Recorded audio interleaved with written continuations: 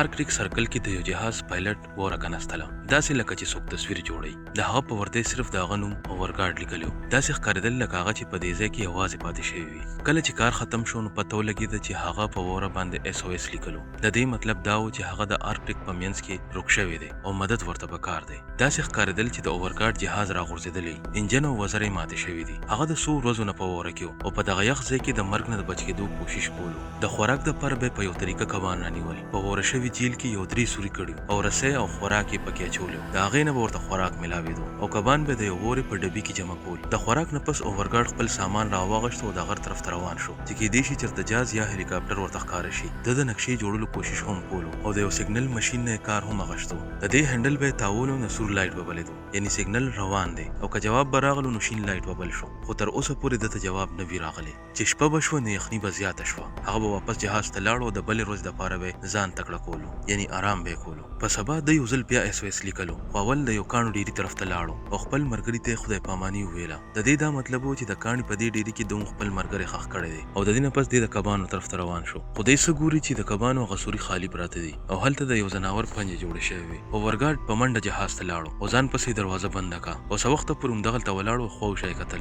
ځکه دته اندازه ولګېده چې دلته یو میلو راغلی دی خو څه وخته پورې انتظار کولو نه پس د یو ځل بیا د سیګنل لیکلو کوشش شروع کو او ناګهانه دی څه ګوري چې د په ماشین کې شین لایټ بل شو دې سره د ډیر زیات خوشاله شو او څه ګوري چې یو هلیکاپټر را روان دی نو د زر دغه هلیکاپټر له سیګنل ورکو هلیکاپټر د راکوزېدو کوشش کولو خو دغه وخت کې طوفان راغو او هلیکاپټر بې قابو شو او لاندې راوغورځېدو اورګارډ زر دغه ځای ته ځان ورسولو خو دې څه ګوري چې د هلیکاپټر پایلټ مړ شوی دی او یوه جینۍ ډېر په زخمي حالت کې پرته ده اورګارډ زر د دې زخمونه وګنډي او په دغه ځای کې دته نوډلز هم میلو شي او دومره وخت پس چې دې نوډلز وخوري نو دته ډېر عجیبه احساس وشي اورګارډ دا غواړي چې دا جینۍ خپل جهاز ته بوځي خو د طوفان د وجې دی دا نشي کولی خو یو څو ګنټې پس موسم صفا شي نو اورګارډ د تلو نه مخکې یو پیغام ولیکي چې موږ د مخامخ واده طرف ته تللي یو کله چې دی جهاز ته ورسي نو پته ولګي چې دا جینۍ د په ژبه نه پوهېږي خو دا صرف پایلټ ووایي اورګارډ دې ته ووایي چې هغه مړ شوی دی او دا دلته پرېږدي او دی د هلیکاپټر طرف ته د سامان راغونډولو لپاره بیا لاړ شي د سامان راغونډولو دوران کې دته یو تصویر میلو شي چې په کم کې دا ښځه او دغه پایلټ وي او ورسره زوی هم وي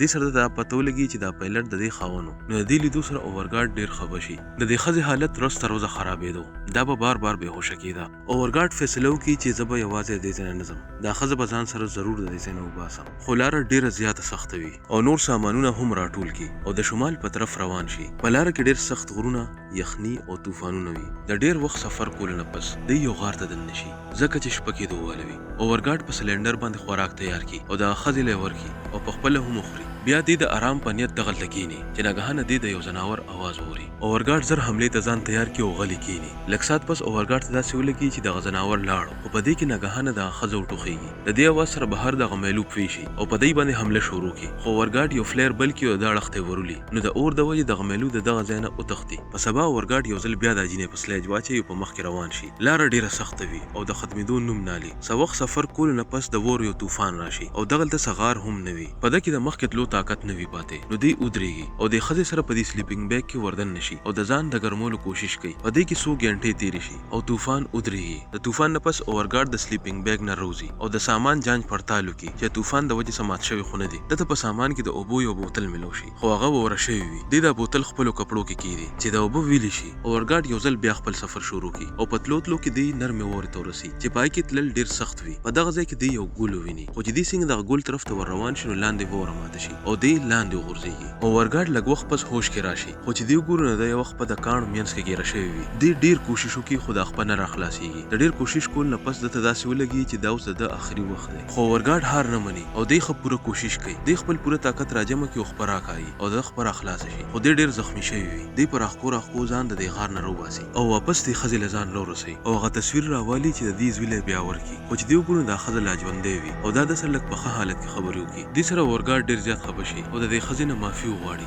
ځکه چې اورګارډ د ډېر سخت سفر کول نه پس د دې د پرېښو سوچ کړ اورګارډ دې ښځې ته ووایي چې هر څه به ټیک شي او یو ځل بیا په مخ کې روان شي خو د حالات ډېر زیات خراب وي او د مخکې سفر کول ډېر ګران وي او ځان پسې د سلیج هم راکاږي دی خپل زخم وګوري چې ډېر خراب شوی وي پای باندې وره کېږدي او ویې تړي چې وینه بنده شي د دومره خراب حالاتو نه باوجود هم دی د ښځه ځان پسې راکاږي او دی له اخري پاتې یو څو څاڅکي اوبه هم ورکړي اورګارډ په بوتل کې وره واچوي او په خپله هم لږ وخوري د خپلې تندې ختمولو دپاره دی ډیر په سخته باندې یو بر ځای ته ځان ورسوي. اورګارد دغلته ودرېږي او سیګنل ماشين روباسي او په دې باندې سیګنل لېږلو کوشش کوي، خو د بدقسمتۍ نه دا ماشين طوفان خراب کړی وي. دې زر منډه کې یو هلیکاپټر له سیګنل ورکړي، خو هلیکاپټر والا دې ونه ویني او هغه د دې ځای نه لاړ شي. اوس د ټول امیدونه ختم شي او دغلته په وره کې راوغورځېږي. خو اچانک دی یو ځل بیا د هلیکاپټر اواز اوري، خو د سره سیګنل فلیر ختم شوی وي. نو دې زر خپل جاکټ وباسي او هغې ته اور ولګوي. نو د دې د وجې هلیکاپټر والا دی وویني او هلیکاپټر د دې اړخ ته را روان شي او همدې سره دا کهاني دلته ختمه شي. اوس که دې ویډیو تاسو له مزه درکړې وي نو ضروري لایک کړئ او چینل هم سبسکرایب کړئ.